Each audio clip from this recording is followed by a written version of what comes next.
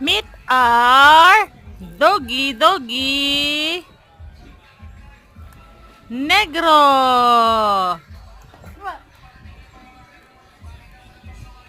Naglalaro pala si doggy dito.